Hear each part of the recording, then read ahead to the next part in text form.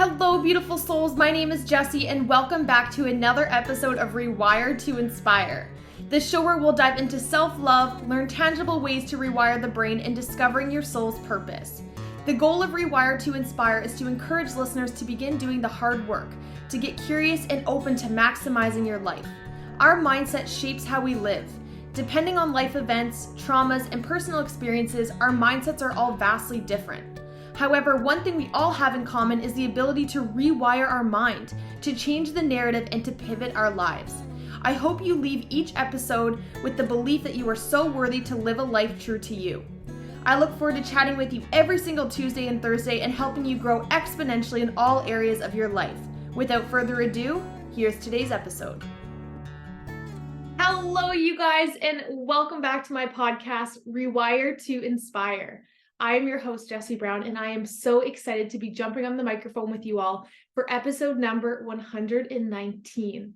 If you are new to this space, welcome. I am so excited to have you here. This is a show where we focus on mental health, growing our minds, working on growing a mind that is open to growth and learning and evolving and rewiring itself, and focusing on how our inner child can really play a role in that through various categories and subjects. If you missed last week's episode number 118, it was one of my favorite episodes to record. It was all about, do the people in your life truly know what's best for you? That is a fire episode, a fire title.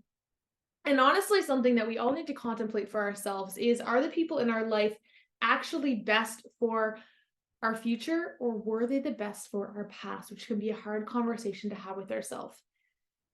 For today, as we continue on that self-awareness growth and on contemplation, today we are going to talk about one powerful question to get massive awareness.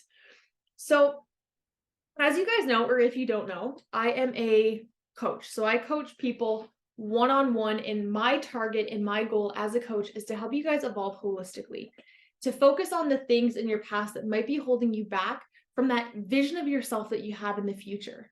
We often all carry, or to some degree, carry a version of ourselves that we aspire to become or aspire to be in some way, shape, or form, and that's going to look different for all of us.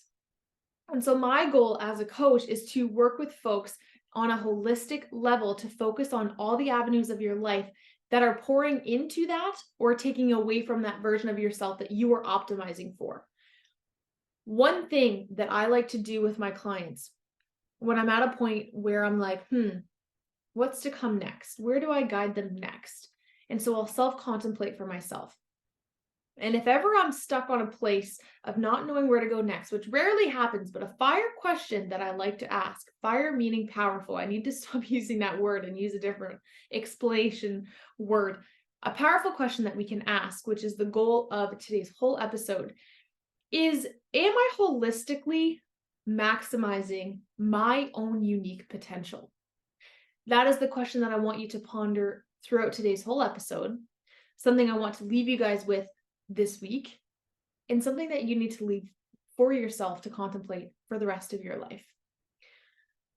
We are so good at looking outwards for answers and to give us validation and to make us feel a certain type of way. However, if you have a growth mindset where you are trying your hardest to work on becoming as growth efficient as possible, likely why you're here, this question will likely resonate with you. Am I maximizing my own unique potential? The thing that I love about this question is it's going to be a different answer for all of us. How you scale what you view as your maximum potential is going to look different than me. I'm going to look different than somebody else. And that's okay. That's why the word unique in there is so powerful. And if you're listening to that question and you're going, I don't really know. This is why self-awareness is one of my favorite things for us each to discover for ourselves. Because the only way to really answer this question is to raise our level of self-awareness. If we don't know the direction really in which we're going, it's hard to say if we're truly maximizing it. So that's why I think that this question is in a way a great starting place, but also a great question to ask yourself in your own unique areas of your life. And so further to asking this question, I like to break it down into categories, focusing on health, wealth, love, and life. In each of those categories, rating yourself on a scale of 0 to 10. In health, how much am I maximizing my potential? For you, that might look different than me. So for health, that could be eating foods that you know are wholesome for you, moving your body every single day. That could be focusing on mental health. Health, all of these categories are going to be what they mean to you. Then we move into wealth. What does that look like for you? Is that finishing schooling? Is that paying off debt? Is that working towards a new career? Is that building a business? Is that learning about finances? Love, is that self-love? Is that in a relationship? Is that with your family? Is that with your friends? Is that with the environment? Love, again, is a category in and of itself. And then life, how much in your life do you feel you're maximizing your potential? So once we've broken down those categories and we can kind of rate ourselves from a scale of 0 to 10, that's when we get awareness and perspective to then be able to get to work. Because awareness is only half of the equation. If you truly want to maximize your life, you have to be willing to be honest with yourself, but then be willing to do something about it. Because if you say, I'm about a 2 of what I think I could possibly do, but you're okay with that, you're okay with staying there and doing the same things, cool, that's fine. But if you have more of that growth mindset and you're like, I want to maximize my life, I want to maximize my talents, my skills, my ambition, I am ready to become the best version of myself, the action side of this is going to be everything. But I think it's important that we stop and we pivot at times in our life, especially when we're starting to feel like we're in a rut. This is a question that I like to ask to myself, whenever I feel like my confidence is off, whenever I feel like I'm not myself, I don't feel in alignment, I feel sadder than usual, I'll say, Jessie, are you maximizing your life right now? Have you become a little too go with the flow? Have you stopped grinding as much as you should be? That typically is what I correlate my confidence to, which is a whole episode I'm going to do either on Thursday or next week for you guys, is what do you correlate your confidence to? Because I think that that's, again, it's going to look unique to all of us. But having awareness truly is everything and allows you to see which area is your lowest. It gives you a starting point. From there, what I like to do is I like to identify the feeders and bleeders in each of those categories. Meaning, if we look at each of those, what is feeding into me maximizing my potential in health? And what is bleeding that? Meaning, what is taking away from that? AKA eating junk food before bed, not exercising. Insert thing here for you. So there's really 3 parts to this. The first is to holistically ask yourself that question. Am I holistically maximizing my own unique potential? Boom. Great start. From there, backtrack. Let's work backwards. Let's break it into categories: health, wealth, love, and life. Rate those as categories 0 to 10. From there, in each category, write what your feeders are in that and what your bleeders are. From there, how can we begin to double down on the feeders and start to dwindle out the bleeders? Because the thing about the bleeders is they're typically things that are pleasurable in the moment, but aren't long-term. AKA, I'm using junk food and like doing those things because that's something we can all resonate with. Eating junk food is a bleeder because it's not pouring into our health goal, but it feels good in the moment. Those are typically the times that we need to have self-discipline. And the interesting thing about self-discipline is every time we say we're going to do something and we do it, even when we don't want to, ding, ding, ding, that builds our confidence, which also gives us energy in a way and gives us gives us a new sense of self, right? When we feel good, we almost want to keep that feel good feeling. So we get more resilient to want to do more. But if we've become okay and comfortable hanging out in those bleeder environments, meaning we've just become comfortable, it can be hard to start to incorporate new things. But I promise you guys, the more that you start to implement doing things that you don't want to do, but you know you should do, the better you're going to feel holistically as a person. I can definitely, validate this for myself there's been times in the last 2 weeks that I have struggled big time to show up for myself in fitness and in health in general. I've been struggling to cook proper meals. I've been doing it, but it's been hard to get there.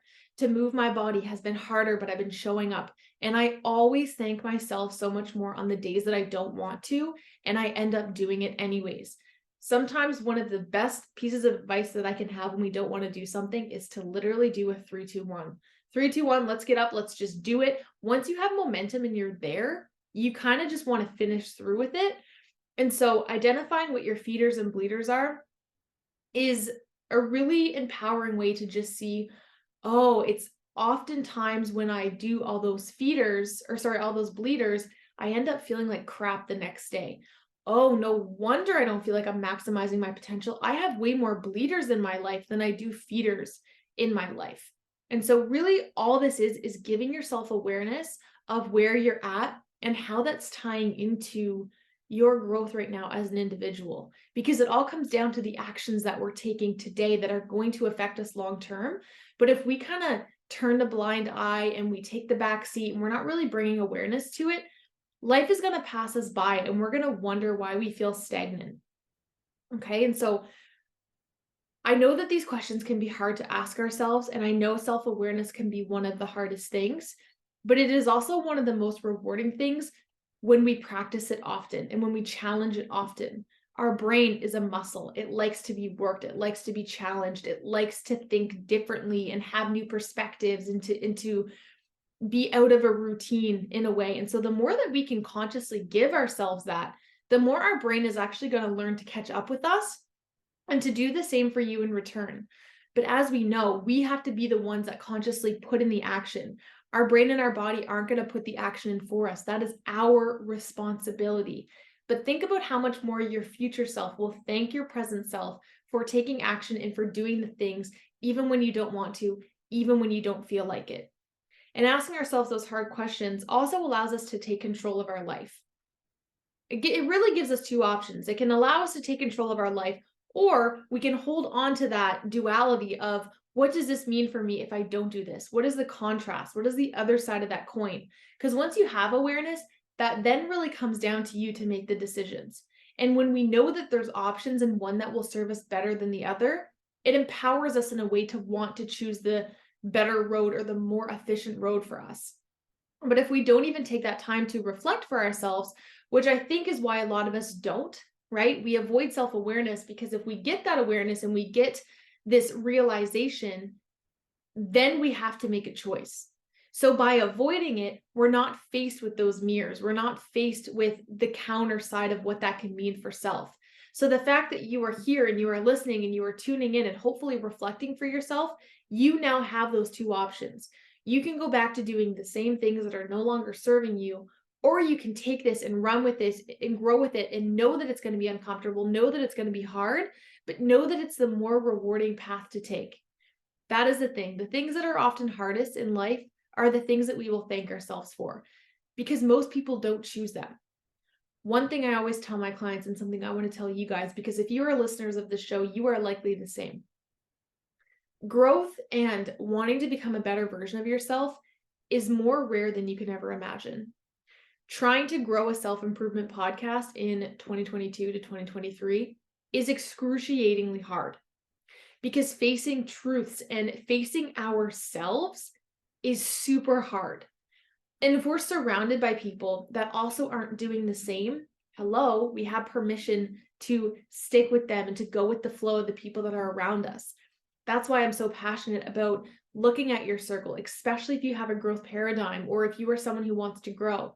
Are the people around you that you surround yourself with, in a way, forcing you to go back to an older version of yourself? When you're in certain places, do you feel like you're growing, and in other places you feel like you're drawing back? Awareness is everything, again, you guys. And if you are wanting to evolve, know that it is kind of lonely, trying to work on improving yourself isn't the coolest thing in the world. From my perspective, it is. Like, come sit at my table, we can have a conversation for hours. However, what I'm realizing is, to the general public, it is not. Seeing as only 20% of people actually set goals and only around 4% of that 20% actually achieve them, shows me that setting goals is already rare and following through with them is even more rare. The reason for that is kind of the goal of today's episode, because we're not asking ourselves powerful questions. We're not eliminating the bleeders out of our life. We're not removing the things that aren't serving us and optimizing us. And one thing that I've realized and that I needed to realize is that not everybody wants to grow. And that's something that I wish I would have realized a little sooner, is because from my perspective, I'm like, how can you not want to become the best version of yourself? And in retrospect, now I kind of realize why. It's because it's extremely challenging, but I also recognize that the only potential that I want to leave on the table I don't want to leave any potential on the table. Knowing what my gifts are and my talents are and my passions are, to me, it's a disservice for myself to leave any of that on the table. However, if you haven't even validated that for yourself, that you own and have your own unique gifts and abilities, it's going to be really hard to want to take action, because staying stagnant is the easy road, right? It's the more fulfilling road short term in a way, because you're comfortable, it's safe. There's no risks to be had. There's no contemplation to be had. It's a lot easier. And so I get that. But so I want you to know that if you are contemplating this question for yourself, if you are on a growth paradigm and on a growth journey and you're wanting to become the best version of yourself, I want to just thank you for that, because it is rare and it is a hard thing to do. Okay. And so I want you to just know that here in this space, you are not alone in that. That is my goal here, is to welcome. And I'm fumbling a little bit with my words today, I noticed. And I think that's because I've just had so many new realizations today. And I just got off I just got off a coaching call with my coach, and I had a lot of new awarenesses. And I recognize that whenever that happens, I go in my mind a lot. And so if today's episode was a little, miscued, I think that that's what it is when we're trying to hold so much duality in our mind at the same time, and we're contemplating a lot, it can be hard to communicate that. And one thing that I'm working on is effective communication for both myself as well as for you guys. I want to be able to produce and to share with you guys the best content around self-improvement, around a growth mindset, around mental health and pertaining to growing, and how you can go from having dealt with severe mental health issues to turning that into a beautiful, powerful, I guess almost superpower in a way, to optimize your life. But I do truly think so much of growth starts with contemplation. It starts with asking yourself hard questions and being gentle with yourself with what the answer is, while also trying to challenging yourself in what those answers are. If you ask yourself this question, how much am I holistically maximizing my own unique potential, and you do not like the answer, truth is, if we were all honest with ourselves, none of us would truly like the answer if you had a growth mindset. From my perspective, my number of 0 to 10 of how much I'm maximizing my own unique potential, honestly, is around a 5. Compared to what I know I am fully capable, if I were to put everything in, no excuses, fully send it, I'm at like a 5.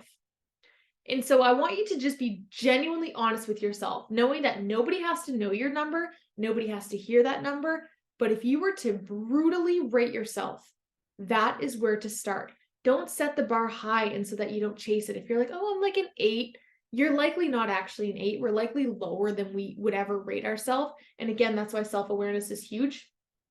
But be brutally honest with yourself. Sorry if you're watching video, I just caught my hair on my earring. Be brutally honest with yourself, because the only person that you're lying to and that you are misguiding is self. Be gentle with the answer, but know that it is never too late to execute. It is never too late to start to do the work and to start improving yourself. I think we live in a false world where we think after school we stop learning. We think once we've got a job, we're done. And I think that that is the mindset that has been ingrained in us systemically. However, growing never ends. Your potential never has to be capped, nor should it, except for I know the reason for that, again, is because choosing to go the opposite way and doing the work is the harder route to take. But I hope you guys take today's episode, you take today's question, you backtrack it, you get honest with yourself, and just sit and notice what comes up and focus on one area at a time. Look at the one that's the lowest. If it's health, if it's wealth, if it's love, if it's life, look on the one that's the lowest and then focus on its bleeder specifically. So one category at a time, one bleeder at a time. How can you either lessen your time doing that, pivot it, heal it, bring awareness to it? Because once you start to bring awareness to stuff and you have that, again, that duality, that opposite side, something to compare it to, it becomes a lot harder to go back to the things you know aren't serving you. So I truly hope you guys enjoyed today's episode, another contemplation episode, if you will. If you guys are looking for support with any of this, as always, I have a link below to book a free 30-minute call. That is my role, that is my job, that is what I'm doing, is I'm helping people uncover what these blocks are in their life that is stopping you guys from achieving your own unique potential. It took a coach to help me get there, and I want to be that coach for you guys as well, to help guide you on your own unique perspective, and know that, again, it is a unique journey, and I will walk with you on your own unique journey and help maximize your life in your own unique way through the things that I've learned and through my experiences. So thank you guys so much, as always. All the love. I look forward to chatting with you all on Thursday. Bye, you guys. Thank you all so much for tuning into today's episode of Rewire to Inspire.